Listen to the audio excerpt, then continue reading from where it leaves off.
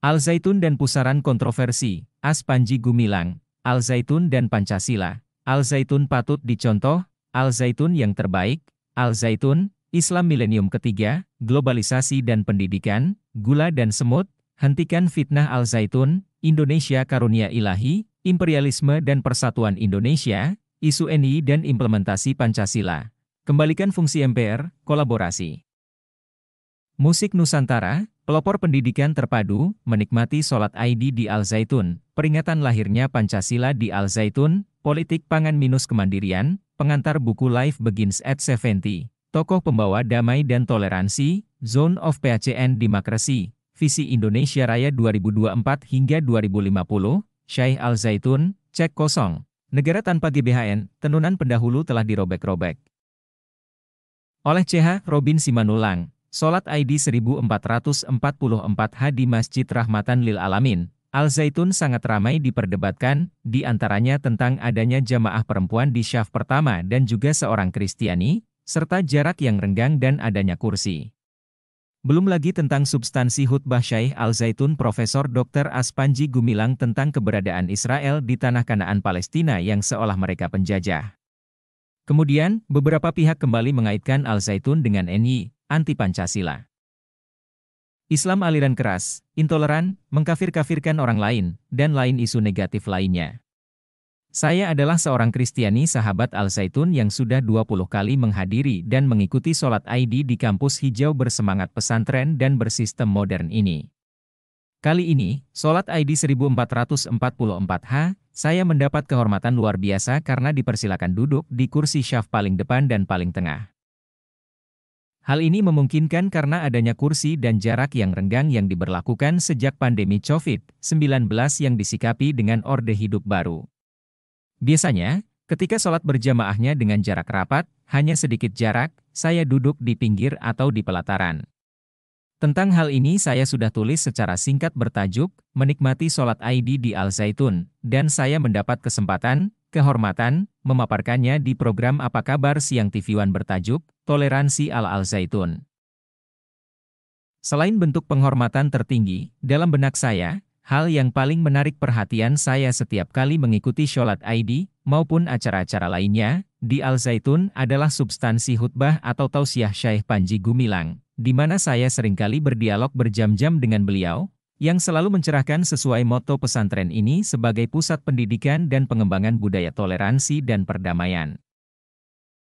Bahkan seringkali saya memaknainya sebagai khotbah, tausiah dan atau dialog Pancasila yang bersifat universal, dan sebagai jurnalis selalu saya tulis di Majalah Berita Indonesia dan website Majalah Tokoh Indonesia.com pada tahun 2015, saya merangkum dan memaknai berbagai tulisan itu dalam buku berjudul Al-Zaitun Sumber Inspirasi Bermasyarakat, Berbangsa dan Bernegara. Berikut ini saya cuplik salah satu subprolognya bertajuk Al-Zaitun dan Pusaran Kontroversi. Bahkan seringkali saya memaknainya sebagai khotbah, tausiah dan atau dialog Pancasila yang bersifat universal, dan sebagai jurnalis selalu saya tulis di Majalah Berita Indonesia dan website Majalah Tokoh Indonesia.com pada tahun 2015, saya merangkum dan memaknai berbagai tulisan itu dalam buku berjudul Al-Zaitun Sumber Inspirasi Bermasyarakat, Berbangsa dan Bernegara. Berikut ini saya cuplik salah satu subprolognya bertajuk Al-Zaitun dan Pusaran Kontroversi. Ketika saya pertama kali bertemu dan berjabat tangan dengan Syekh Al-Zaitun Abdussalam Rashidi Panji Gumilang, Kamis 19 Februari 2004, saya memperkenalkan diri dengan cara yang tidak lazim. Saya Christian Robinson Simanullang. Kita berbeda aliran, saya seorang Kristiani. Itulah kalimat pertama yang terucap. Tentu, hal itu bukanlah cara perkenalan yang pantas. Tetapi kali ini, saya memang sengaja memilih kata itu berhubung berbagai pemberitaan kontroversial. Tentang kehadiran Pondok Pesantren Al-Zaitun, Mahat Al-Zaitun, dan pribadi Syekh Abdussalam Panji Gumilang sendiri sebagai penggagas, pendiri dan pemimpinnya yang antara lain dikait-kaitkan dengan NI, Negara Islam Indonesia. 1. Islam garis keras, sarang teroris dan sesat. Sejak tahun 2000 telah muncul gonjang-ganjing atas kehadiran spektakuler pondok pesantren, ponpes, modern, kampus Al-Zaitun tersebut. Berbagai media ramai memberitakannya.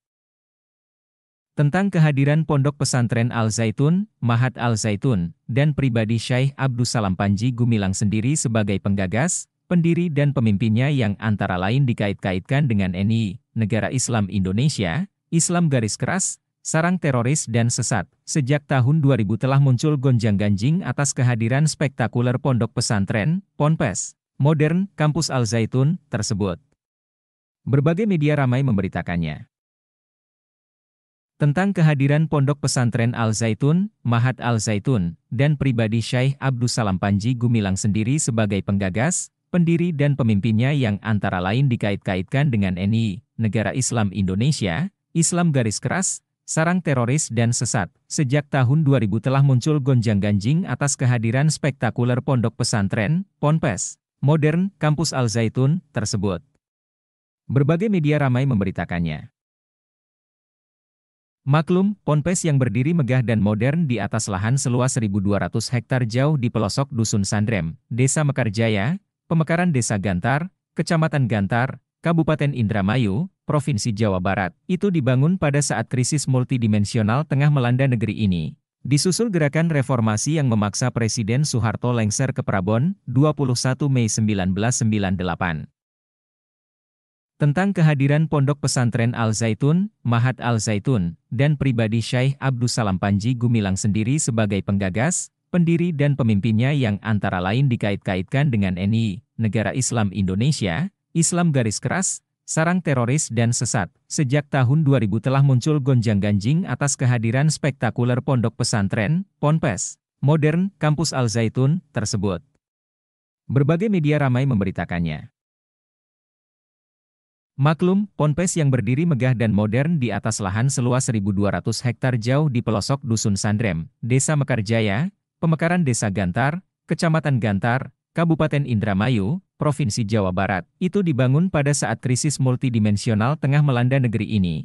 Disusul gerakan reformasi yang memaksa Presiden Soeharto lengser ke Prabon, 21 Mei 1998. Lalu hanya 1 tahun berikutnya, tepatnya pada 27 Agustus 1999, Presiden Republik Indonesia Profesor B.J. Habibie meresmikan Mahat Al-Zaitun tersebut. Banyak orang yang terheran-heran, ada yang kagum, takjub. Tapi ada pula yang bersakwa-sangka dan bernada iri dan dengki, senang melihat orang susah dan susah melihat orang senang. Kok bisa?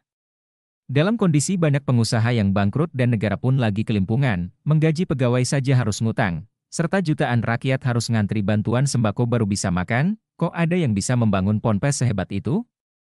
Siapa pemiliknya dan dari mana biaya pembangunannya?